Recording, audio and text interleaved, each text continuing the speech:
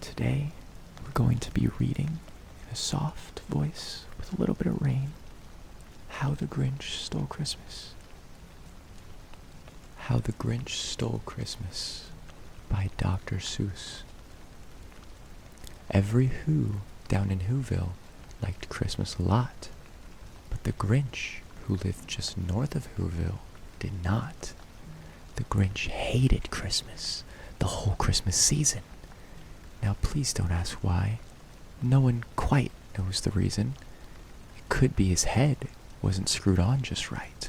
It could be, perhaps, that his shoes were too tight. But I think the most likely reason of all may have been that his heart was 2 sizes too small. But, whatever the reason, his heart or his shoes, he stood there on Christmas Eve, hating the Whos, staring down from his cave with a sour, Grinchy frown at the warm lighted windows below in their town. For he knew every Who down in Whoville beneath was busy now hanging a mistletoe wreath. And they're hanging their stockings, he snarled with a sneer. Tomorrow is Christmas, it's practically here. Then he growled with his Grinch fingers nervously drumming. I must find a way to stop Christmas from coming. For tomorrow, he knew, all the Who girls and boys would wake bright and early. They'd rush for their toys. And then, oh the noise, noise, noise. That's one thing he hated, the noise. Then the Whos, young and old, would sit down to a feast, and they'd feast, and they'd feast, and they'd feast. They would feast on Who pudding and rare Who roast beast, which was something the Grinch couldn't stand in the least. And then they'd do something he liked least of all. Every Who down in Whoville, the tall and the small, would stand close together with Christmas bells ringing. They'd stand hand in hand, and the Whos would start singing. They'd sing, and they'd sing, and they'd sing. And the more the Grinch thought of this Who Christmas sing, the more the Grinch thought, I must stop this whole thing. Why, for 53 years I've put up with it now. I must stop this Christmas from coming. But how? Then he got an idea. An awful idea. The Grinch got a wonderful, awful idea. I know just what to do. The Grinch laughed in his throat, and he made a quick Santa Claus hat and a coat. And he chuckled and clucked. What a great Grinchy trick. With this coat and this hat, I look just like Saint Nick. All I need is a reindeer. The Grinch looked around, but since reindeer are scarce, there was none to be found. Did that stop the old Grinch? No. The Grinch simply said, if I can't find a reindeer, I'll make one instead. So he called his dog Max. Then he took some red thread, and he tied a big horn on the top of his head. Then he loaded some bags and some old empty sacks on a ramshackle sleigh as he hitched up old Max. Then the Grinch said, giddy up, and the sleigh started down toward the homes where the Whos lay a snooze in their town. All their windows were dark, quiet snow filled the air. All the Whos were all dreaming sweet dreams without care. When he came to the first little house on the square, this is stop 1, the old Grinchy Claus hissed. And he climbed to the roof, empty bags in his fist. Then he slid down the chimney, a rather tight pinch, but if Santa could do it, then so could the Grinch. He got stuck only once, for a moment or two.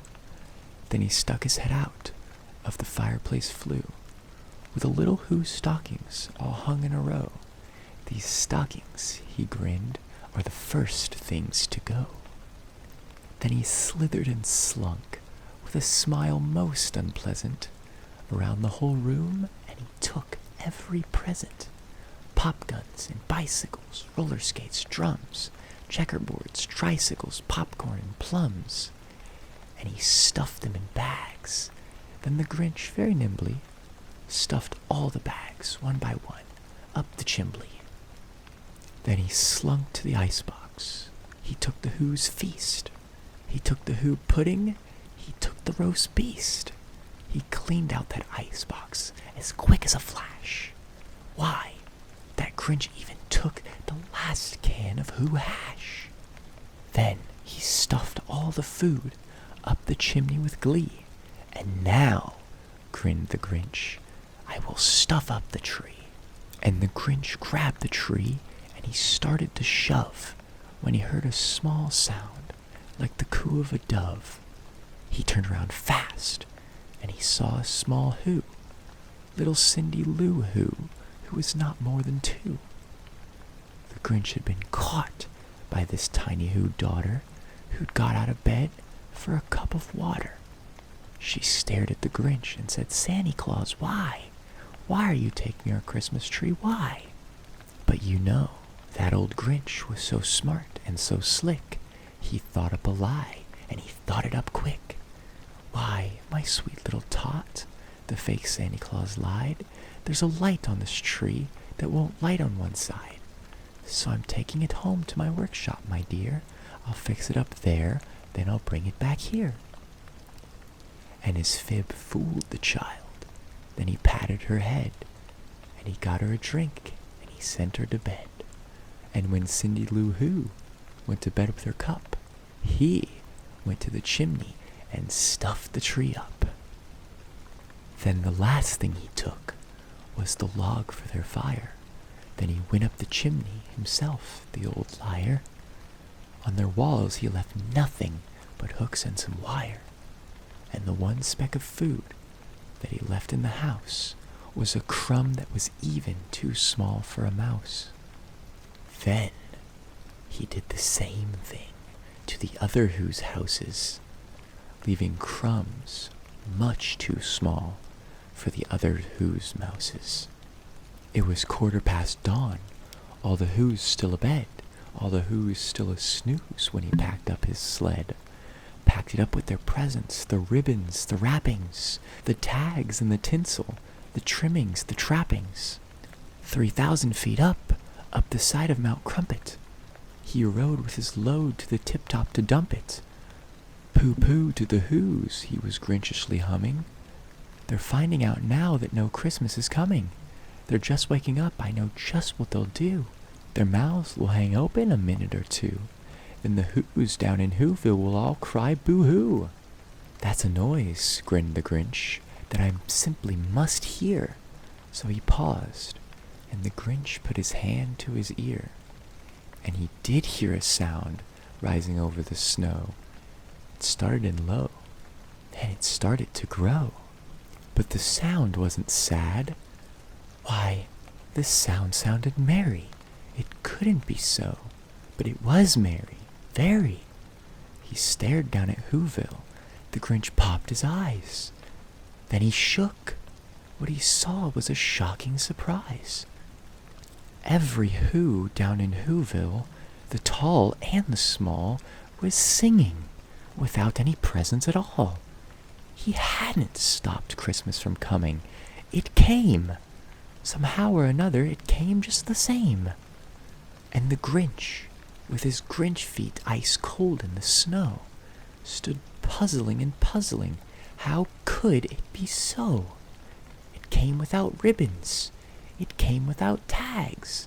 It came without packages, boxes, or bags. And he puzzled 3 hours till his puzzler was sore.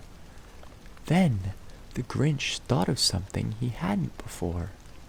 Maybe Christmas, he thought, doesn't come from a store. Maybe Christmas, perhaps, means a little bit more. And what happened then? Well, in Whoville they say that the Grinch's small heart grew 3 sizes that day. And the minute his heart didn't feel quite so tight, he whizzed with his load through the bright morning light, and he brought back the toys and the food for the feast. And he himself, the Grinch, carved the roast beast. The end. What a great book. What a fabulous book for the Christmas season. Merry Christmas, everyone.